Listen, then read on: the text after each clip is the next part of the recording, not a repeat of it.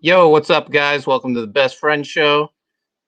I'm the moral compass, Mark Poulton. With me, best friend Sean Ahrendt. Sean, man, how you doing? I'm good. I'm a little tired. I'm good. Yeah, yeah. This is going to be a sleepy, tired stream. The last week has been exhausting for me. Shout out to Leroy in the chat. Yeah, kick Phil. Where is he? Preach that. He deserves a kick. Yeah. Preach it. Yeah. This has been a busy week. Was the closing of the 60-day campaign for SeaDog and Codename Killswitch. Thank you for joining me closing night. First, for having me on your show, Ott and stuff, and then Oh, yeah, a lot of coming fun. over on my channel and staying up with me. Yeah, it was fun times. We closed at, I think it ended at 20,000 and like 700. But then when I woke up the next day, it was already over 21,000. We're closing in on 22,000 right now. And Clint and I announced that the Viking Wolf Ash Can was still in play as a stretch goal. So looks like we're Very going to good. hit that, and we'll probably have to come up with another stretch goal. I don't know, maybe a trading card. I don't know. We'll think about it. I know we did get a request for uh, someone said we weren't showing the gays any love. They want a beefcake print to go along with the Neon and Rebel mini prints. So I don't know. Maybe SeaDog in a banana hammock. Who knows? Yeah, cock sells. What's up to the Assassin's Guild president Walt? Walt. We got Zaid Comics. What's up? Phil. Thank you, Phil. I appreciate it. Yeah, so yeah, one of the cool things was everyone was streaming that night. So many different live streams going on. Ethan was streaming for the closeout of Creed.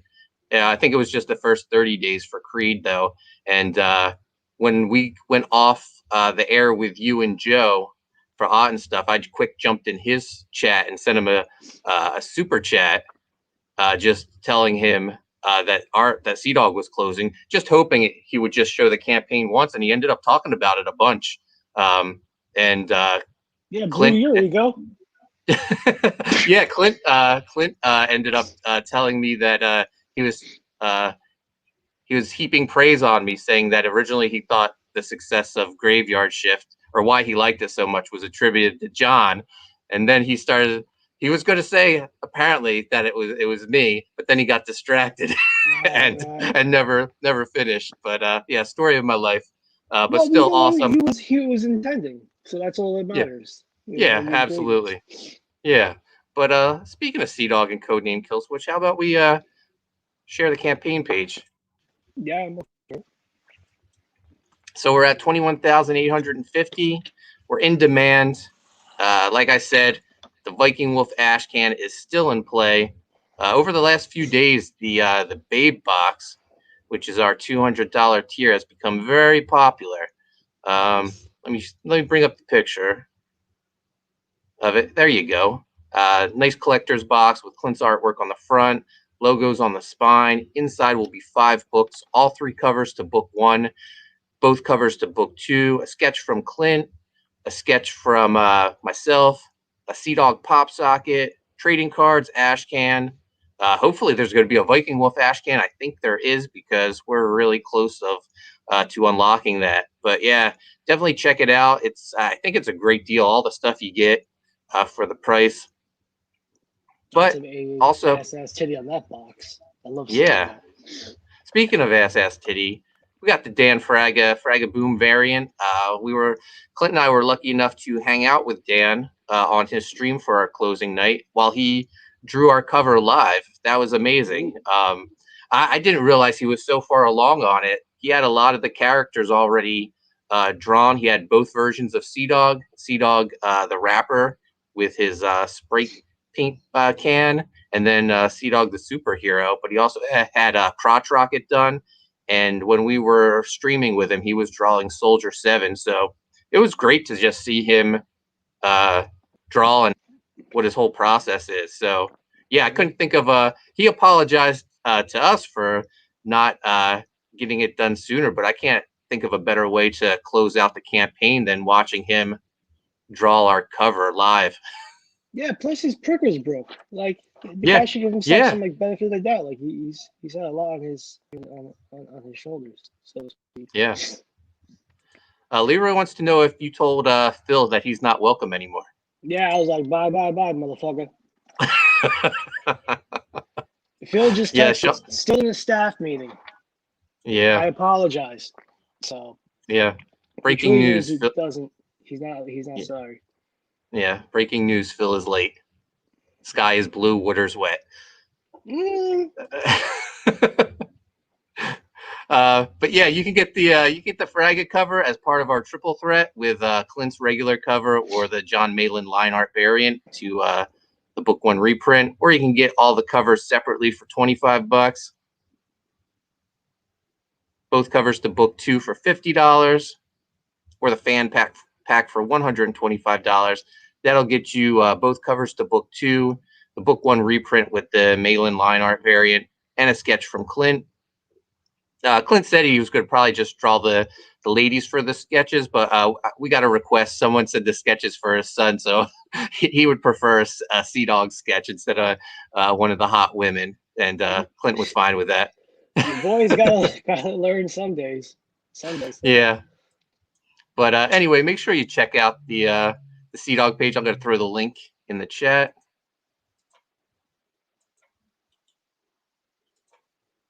So how many boxes have sold? I believe 21 so far. Right. So yeah, it's great.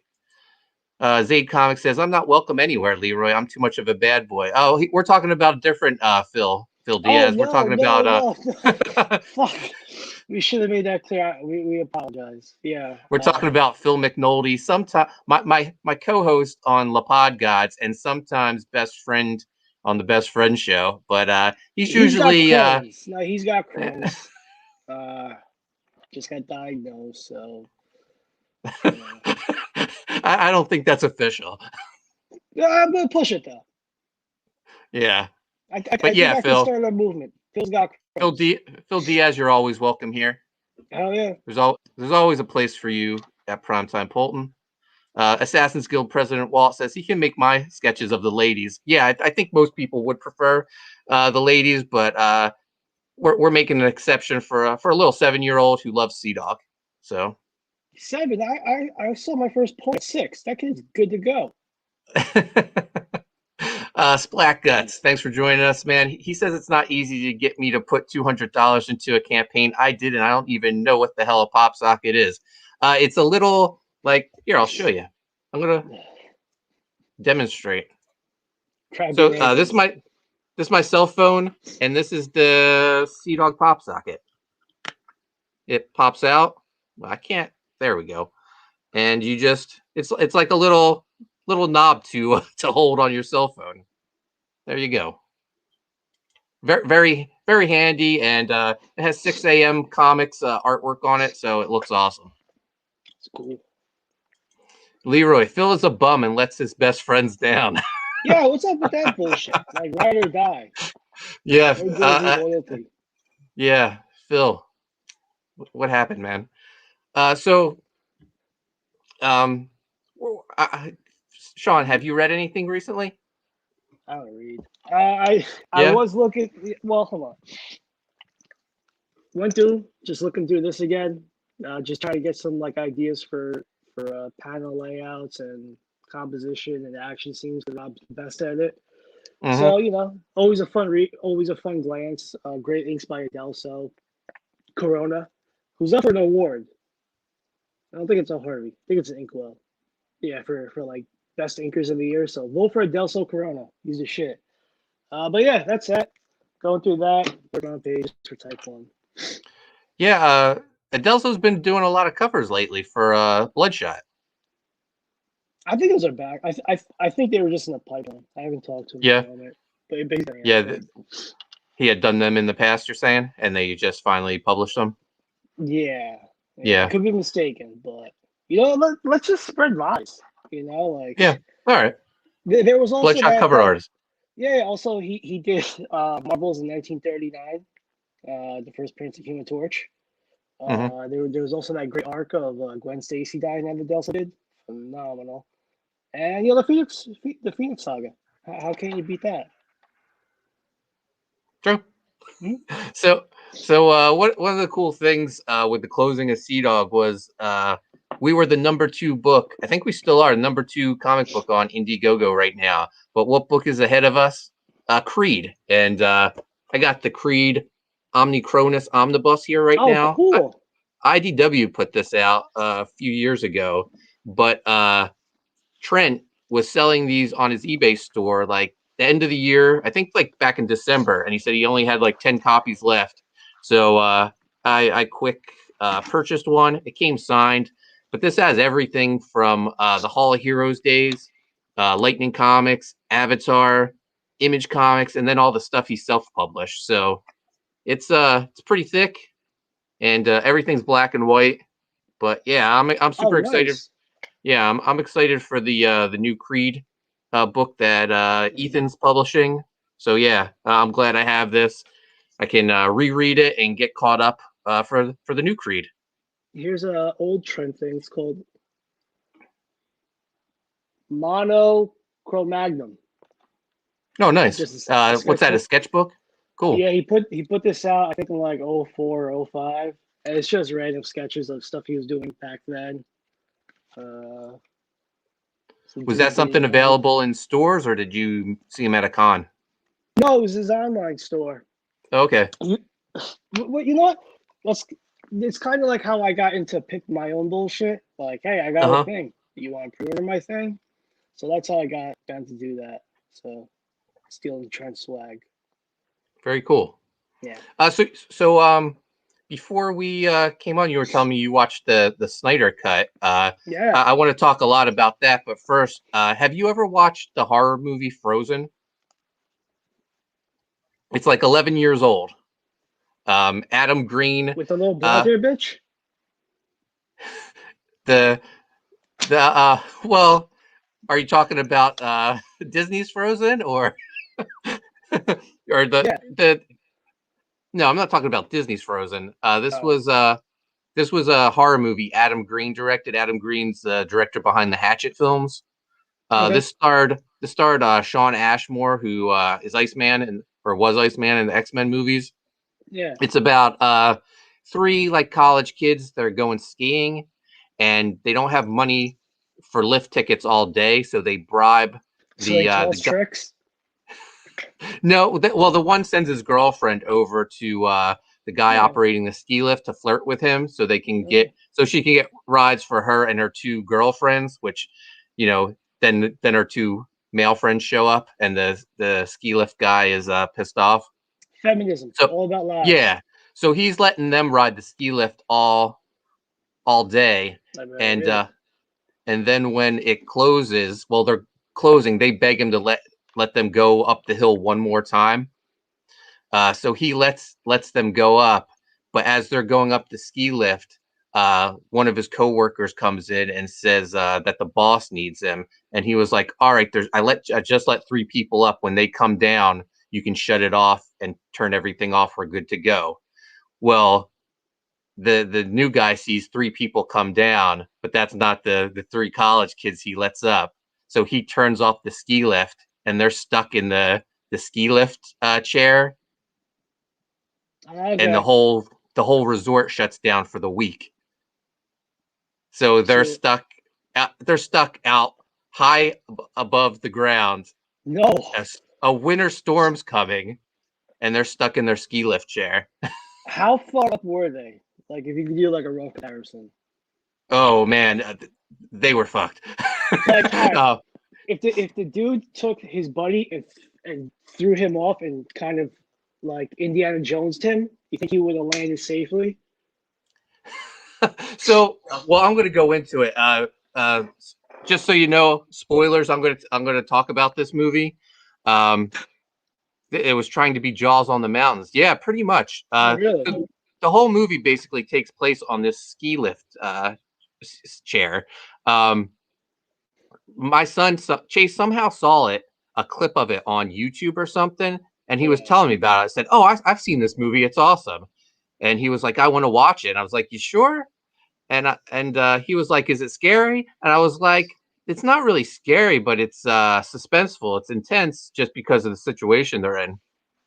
And he was like, yeah, I want to watch it. So I was like, Nice. cool. Since I've been streaming like the whole, I don't know, last 2 weeks, I was like, cool. We'll watch it the day after SeaDog closes. We'll have a movie night. We'll go get snacks. Well, Chrissy saw that we were planning a big night. She wanted in on it too. Fuck that! I'm gonna ruin that fun.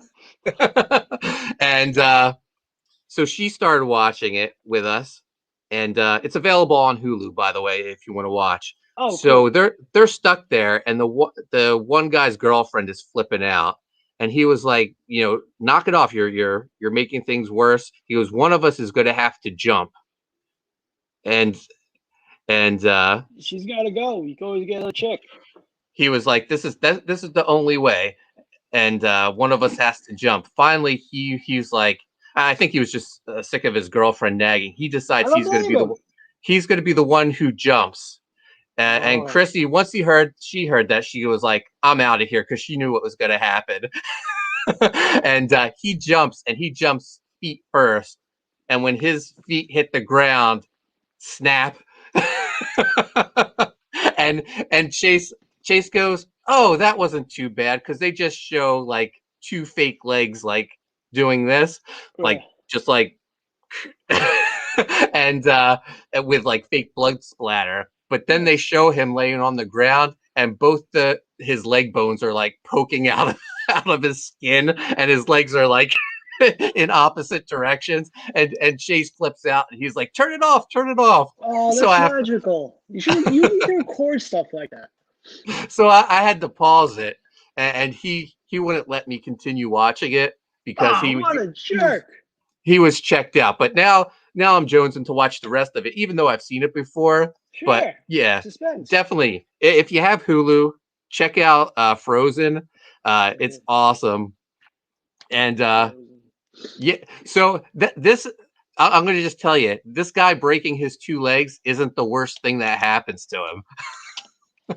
Oh, there's more? Yeah. All right. Cool.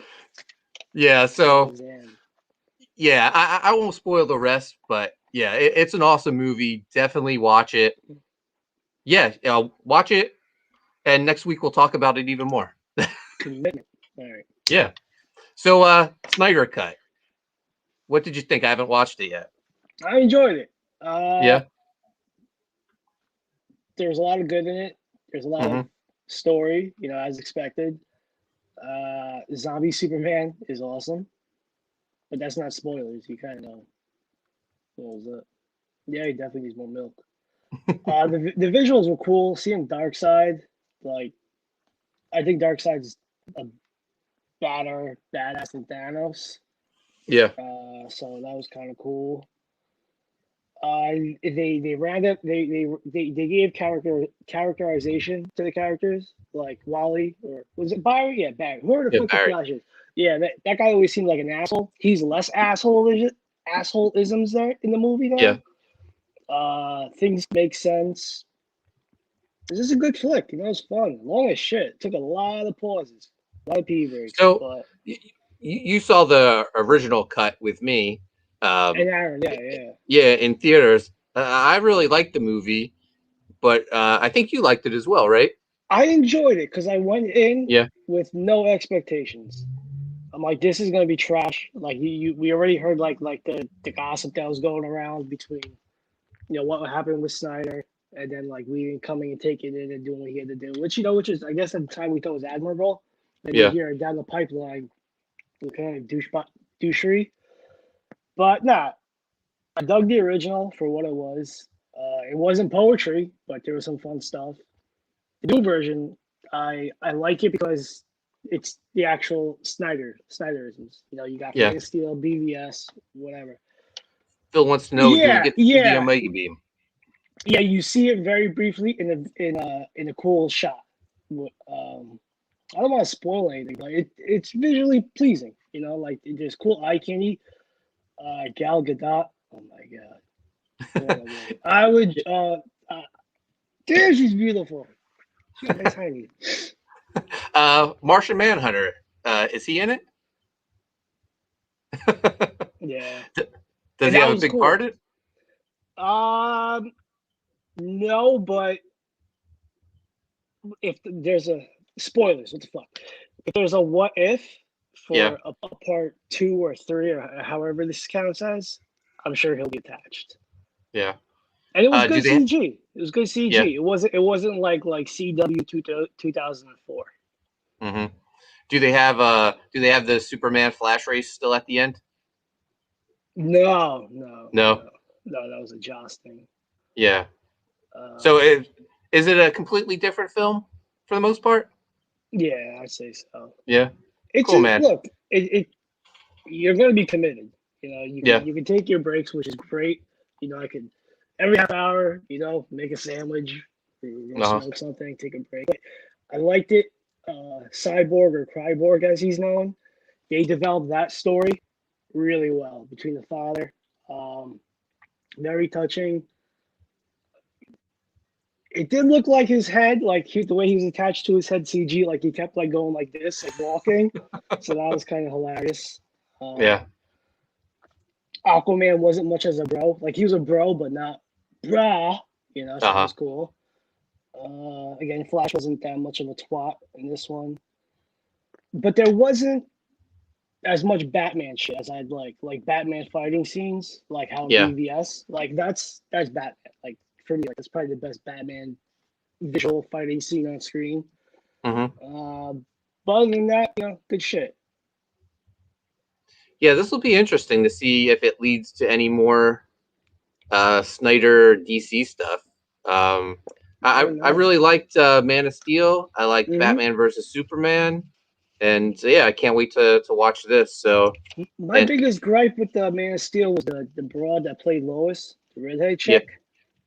I didn't buy into her as Lois. Just the vibes, because Lois is kind of like a fuck you, take charge mentality or whatever. This chick has kind of that, but I don't know. Maybe like I'm just trying to see too much of Terry Hatcher or Margot Kidder. Yeah, nice. But it's not.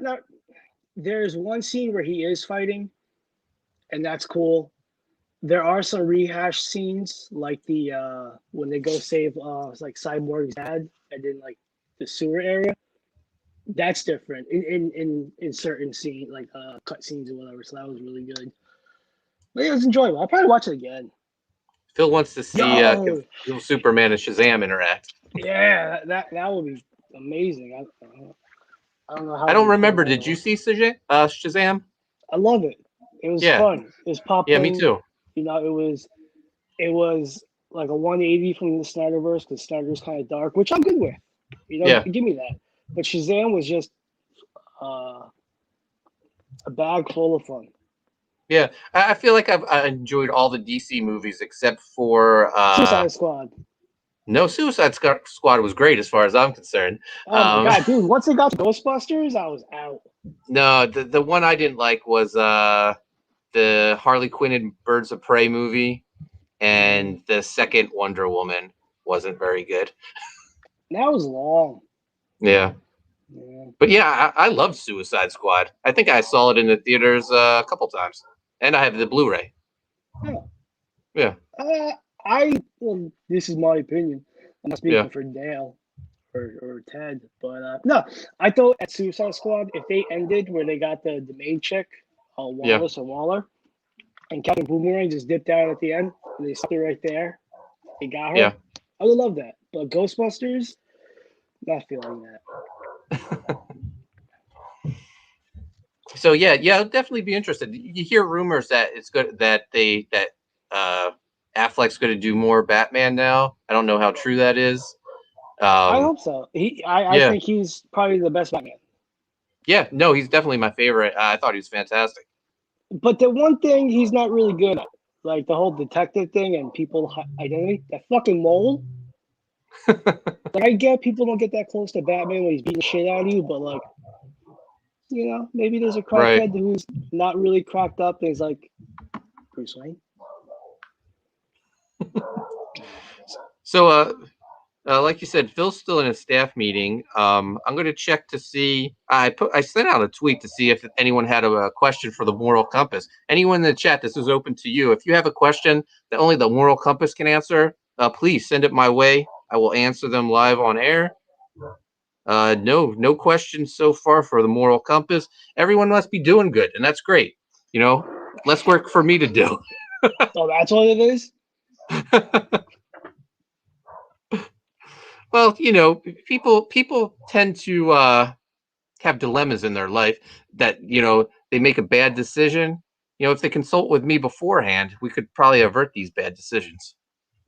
Okay. You're like the Yeah. Pope. Well, I mean, sometimes, he could use a little advice too, I think. So what'd So you what read? else what did I read? I just showed you the Creed. I On the just com. woke up. I just Yeah. woke up. You gotta forgive me. See, so we have a format, but someone always like dips out and screws up our format. So yeah. So our show is a little shorter than expected. But I now open the floor up to you, Sean. What would you like to talk about? Okay, here as somebody that's about to do a crowdfunding a bit, how long in advance do you suggest to do the mailing list to have the sign up page, and then before you launch the campaign? 2 months, 3 months, 4 months, half a year? What? This is a good question. It's a great question. If you know when you're going to launch, Yeah. I would say put it up 6 months before, because that's the maximum amount of time Indiegogo gives you. I just got to notice that my Viking Wolf page is about to expire. Originally, I thought I was going to launch Viking Wolf in January, Yeah. because Clint and I were going to launch SeaDog in November, but we postponed it just so we could get the Fraga cover, which was a great decision, I think. So now Viking Wolf isn't going to be launched until maybe April, and my mailing list page may expire before that. So I can still download all the email addresses, which is good, but I'd love to have the page running until we launch. So I might just have to redo it. So if you know when you're going to launch, say you're going to launch, September. I don't know, Let's say September. Let's say September. Yeah. Put your mailing list page up in March or April. So right around now. And would you suggest needing a video is key? For a mailing list, I wouldn't say it's key for the mailing list. It wouldn't hurt. Maybe just a little teaser. But definitely have artwork on there. Okay. And definitely have an incentive of why they should sign up. My suggestion is what I'm doing, the secret link to a discounted tier. Oh yeah, I'm stealing all your tricks. Yeah. I got all my notes written down. Yeah. We got a question from Zaid Comics. Question: will we ever see Viking Wolf take on the Graveyard Shift? This is an interesting question, because when John and I were deciding to expand the Graveyard Shift universe, I was tasked with coming up with all these new heroes and villains, and I came up with Viking Wolf, and I was like, he's too good to be a throwaway character in Graveyard Shift. I'm keeping him to myself. Right. So he has like some Graveyard Shift origins, but as far as them crossing over, possibly, if it happens, it would only be in the pages of Viking Wolf. John likes to keep all the Graveyard Shift stuff contained to Graveyard Shift. I know U.S. Assassin popped up in there as a cameo appearance, but that was a one-time thing. If Graveyard Shift ever and Viking Wolf ever interact, it would be in the pages of Viking Wolf, much like U.S. Assassin and Graveyard Shift interacting, but it's in the pages of U.S. Assassin. Make sense? I pick up what you're putting down. Yeah. When should SeaDog ship? I'm thinking probably May. Clint's going to be done the book in April, and if we get the book off to the printer by end of April, I should have the books early May, and I fulfill pretty quick. Usually, I think the last time it took me 2 weekends to get it done. So yeah, Slack Guts, I'm thinking you should get your book sometime in May, and that would have us fulfilled 2 months early, just like last time. Nice. Phil says, as far as mailing list, you can always add new art in a trailer when you get closer to launch. Oh, So perfect. yeah, Thank you. if Right, you cool. just want to, oh yeah, you can edit it as you go on. Speaking of which, here, let me let me stop the screen and I'll share I have the Viking Wolf mailing list page up. Cool. I'm gonna screenshot so I can get all your emails now. If you mind. Yeah, so originally I first posted this and it was just the Viking Wolf logo with the sign up for a link to a discounted secret tier. That's all that it was. But as we went along, I started adding artwork. Like here's a page from a panel from Matt. Disgusting. He is so talented. Yeah, so this book's going to be printed at 8.5 by 11 magazine format size, square bound spine, kind of like the DC Black Label books. I really like that format, and I think Matt and Renzo's artwork will look fantastic in an oversized format. When we finally get Matt on we'll get you guys on the odd stuff. We're gonna go over a story of how Matt almost beat up Lando Calrissian. Yeah. So here's Gungoth, which she'll be on the cover of the Haunted Pizza yearbook. That'll be like a higher price tier. You can get the yearbook featuring myself, Chase, all the other creators we work with, and artwork from all our Haunted Pizza upcoming books. Viking Wolf, US Assassin, Gungoth, SeaDog, Black Owl, Loose Threads, maybe a little Graveyard Shift in there. Gungoth, this cover is drawn by Renzo Rodriguez, colored by Dexter Weeks. Looks fantastic. And then, are you guys doing it alphabetical? What do you mean, the biographies? Yeah. I don't know. Why, you want to be number one, right? Of course. Well, I'm number one. Chase is number two. You can be three. How's that? I'll work with that. Because I'm the president of the company. Well, like a real yearbook is alphabetical. Like in my high school yearbook, the principal wasn't first. I was okay. First. So this is based off the Extreme Studios yearbook. Rob wasn't putting anyone first except himself. All right, say no more. All right. Say no more. Zane Comics says, "Oh man, that's sick. Didn't know it was going to be oversized." Yeah. I had to look for all new shipping containers too, or book mailers, because they won't fit in the standard Gemini mailer. So I had to find a 9x12 mailer. So little more expensive, but I feel like it's worth it. But anyway, how do they fold? Is it like Gemini or is it a box? It's going to be a box, but it's going to be, I think, like maybe like an inch deep. Okay. So I'm hoping I'll have a tier where you can get everything, and that'll probably be like 4 books. So I'm hoping people go for that, fill the box more. And there's also, for the first 100 backers, there's going to be a little figure people can get. I think I told you about it. Yeah. Splack that says, "I'm curious to see Mark write for some manga hybrid creators if he thinks he has the range." So I kind of Squirt, right? Yeah. So Mark Yoon, Splack Guts, who was on with us when we were closing out SeaDog. Mark has a real manga style, and back in the day, we did kind of like an American manga called Squirt. Mark's artwork was a little rougher back then. He's improved leaps and bounds, but he has a killer work ethic. He knocked out what was that, a 72-page book, 80-page book? He knocked it out relatively quick, so he has a great work ethic. All about it. Yeah, Mark's a character. We love him though.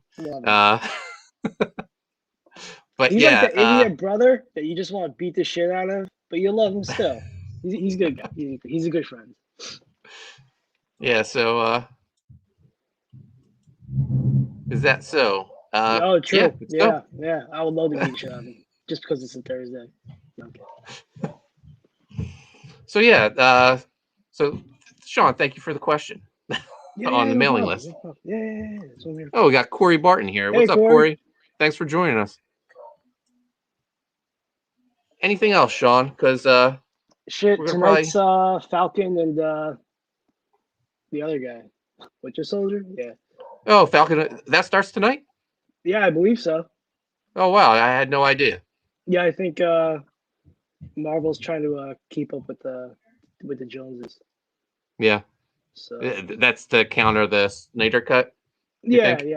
I hope they do 2 episodes. Ooh, I feel like Bobby Brady. Oh, I hope they do 2 episodes like they did in WandaVision. Cool. Yeah, we'll discuss it next week. No, I'm looking Our forward to it. our 1 year anniversary next week. Oh yeah, 1 year anniversary. It's really our anniversary. Phil didn't join until later on. Yeah, fuck Phil. I don't think there was any staff meeting. I think Phil's just jealous of the chemistry we have. Yeah. Yeah. I think maybe next time Phil joins us, we're gonna just change the show to the Best Friends Show and Phil. And Phil. It feels like a Tito Jackson. Like if we were the Jacksons, he'd be like Tito. Yeah. Oh no, Randy. Nobody really hears about him. Yeah. So Sean, who do you have coming up on Ott and stuff? Oh, tomorrow we got John Boy Meyer. Oh, that's epic. That's what I'm fucking saying. Yeah. So Yeah. I'm trying to go into my geeky. It's like, how did you feel when you did this? You know. Next week we got Phil on from Zaid Comics. Him and his brother gonna be good times. We scheduled that because Joe and I are idiots. We thought we were in April, but we're really in March. Mm-hmm. And yeah, so it's gonna be times. And we're on our march to 1,000 subscribers. Nice. So, yeah. How does it feel to how long ago did you start your show? Not that long ago. Like It'll officially be May. Well, May will be the 1 year, but we started recording in April because we didn't know what the fuck we were doing. We recorded a show that didn't turn out well, so we had to do or twice over, and then it's good. It turned into something that it wasn't initially for, at least for down the road, like interviewing people and just like people that we respect and like admire. Yeah, that's what I was gonna say. You guys have had like huge name guests on your show. I was just wondering how does it feel for you to start something relatively not that long ago and to get like big names willing to come on and talk with you. It's pretty awesome. Who would you say is the biggest guest so far? Billy Tucci? Billy's his own like this monumental character. Like his presence, his guidance, like his whole attitude towards life is beautiful. He's up there. Him, Dan, Marat, getting Brett Booth. Yeah, he's kind of like Ian. The Ian Churchill one's big. Brett Booth is kind of he doesn't really do a lot of interviews, does he? No, he doesn't, and he doesn't. All right, where he is in Texas, like he's out in like the desert, like border town, whatever. Like so, like there's no good reception where he is. So what we have to do is Joe calls him on the phone, puts him on speakerphone, puts it next to the mic. So that's how you're hearing him is through a phone this way, and then we put up an extra screen that says Brett Booth. But the first time, like I was nervous because Brett Booth is one of my favorite artists ever, and Phil actually brought up, why don't you to break the ice do that whole like Chris Farley and McCartney thing from Saturday Night Live? Like that's a great idea. So I did it. And then I told him that I did it, and Brett thought that was fun. So he kind of got used to it. And then by the second show he was on, we were just cursing and having a good old time. So like I feel like we kind of softened the pad for him, if you will. But the Ian Churchill one was great. Yeah. Corey says Malin has been one of the best guests on his show. Yeah, John's awesome. I pulled a friend card. Like I've done it with Mark, and that's primary how we got most of our guests that Yeah, now Sean can't get rid of me. I'm I'm practically on every other episode of Odd and Stuff. Yeah, Mark's in the Hall of Fame. I gotta try to make a belt or a plaque, sign a little plaque or something. I want you to drink out of it. Okay, like that'd be nice. Like a margarita. I'm not a big drinker, but if you give me a cup to drink out of, I will. Okay, all right. I'll have to. Yeah. Who's your bucket list guest? I would assume Rob. Yeah. With that, I want to ask him in person. Yeah. Just to get the straight answer. Yeah. Like, hey, would you mind doing it like for the friendship card? And if he's like, no, I can't. I'm like, all right, cool. But Rob, Todd, love to talk to Todd, or just Todd talk at us, I'd say. Oh yeah. Yeah, that's how Rob would be too. I had Rob on my podcast back in the day, talking about our issues, and he just talked for 2.5 hours, and I said, I don't think I asked a single question. He's just a great guest. He just keeps talking. Yeah, when we were on the Lifestyle boards like over a decade ago. We had a podcast called Nerd Alert. Yeah, and it was through TalkStream or TalkShoe, one of those things. Yeah, and he would come on. Yeah, TalkShoe, and he would come on from time to time, and he just gave us the stories. We just chat, but it was mostly Rob giving us his views and Rob talking. And that was always awesome. And he did that about like 5 times, I think. I gotta find the audios for that. Black Rose Comics says he has Eric Canetti on tonight. Awesome. That's awesome. That guy is stupidly talented. He is so fucking talented. That's awesome. Corey says Mark has been a good guest on our show too, I guess.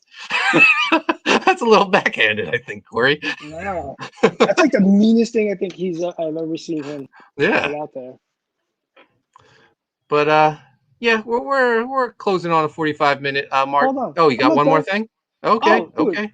When we're talking about me, I'm on the fucking roller. Okay, keep going, man. No, but one last thing. The Ian Churchill one that we just did 2 Saturdays ago, I felt like I asked the definitive, extreme, awesome universe question when it came to Coven. Yeah. Like I asked him like, what if? What plans did you have or you thought would go forward if Awesome had still stuck around? And he gave his example. So I highly suggest you go subscribe to Art and Stuff and watch the Ian Churchill, because picturing him like him telling like how it was and visualizing like his style and all that, and then like adding like Jeff Loeb to the fucking picture, I'm like, holy shit, this would have been badass. Like this is making money. But and Lionheart was into it too. Yeah. If anyone has never read my Evangeline run, I have a Coven guest star in it, and I once heard someone once said, ask for forgiveness instead of permission. So I didn't ask Rob if I could use Coven. I just put Coven in the issue, and I was like, oh, if I get in trouble, I'll just apologize, because if I ask for permission to use them, I might get told no, and that'll throw off my story. Yeah. Always say I apologize immensely. Yeah. Even if you don't believe it, people will buy into it. Yeah, I actually I think it may have been Rob who said that. Ask for permission, or ask for forgiveness, not for permission. It was him. Yeah. Splatgut says Mark's upcoming projects include a book about a scam to bring Atlantic League baseball back to New Jersey. Yeah, I'm looking forward to some minor league baseball. I hope I thought you were serious. The Blue Claws start playing. They haven't. I think they announced their schedule, but I don't know. I want to go to a Phillies game, but the prices are ridiculous right now because everyone's so excited to go back to watching baseball. Lord Crackhead, hail the moral compass of Comicsgate. Hail Sean. Lord Crackhead, how you doing? Yeah, hail Lord Crackhead. Sean, did you have anything else? I probably did, but I forgot. All right, well, save it for next week. Okay. Sean, where can people find you? Sean Ahrendt across the board on all social media. Art and Stuff on YouTube. Geeks at the Beach, which is the show, the convention I throw down. I pointed like you guys know where the fuck I am. Down here in Delaware. I know where you're at. There you go. Down here in Delaware. We're going to be doing a virtual show this year. So I'm trying to figure that out. If anybody wants to be involved in that somehow, hit me up. It's going to be a local community thing, but try to just get people to promote their shit. You know, see a spotlight, if you will. So we got to figure out scheduling, who wants to do it, and all this and that. But yeah, we're gonna do a virtual show. And the preview book for TypeOne will be going on the pre-sale will be going on sale for the preview book in probably like 2 weeks. So excited! I got some good plans for that. Nice.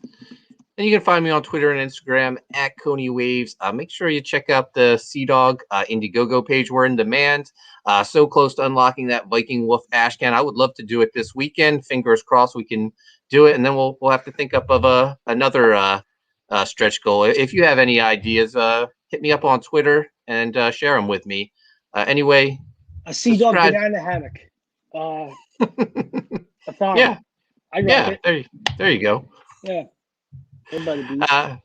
Anyway, subscribe to Primetime Poll and hit the notifications, and we will see you next week. It's our 1 year anniversary, right, Sean? Yeah. Yeah, we'll have to do something special. Maybe we'll bring Phil on. No, fuck Phil. I thought we established that. Fuck Phil. We'll there you go. What a good way to end the show. All right, guys, we'll see you next time. Thanks. Adios.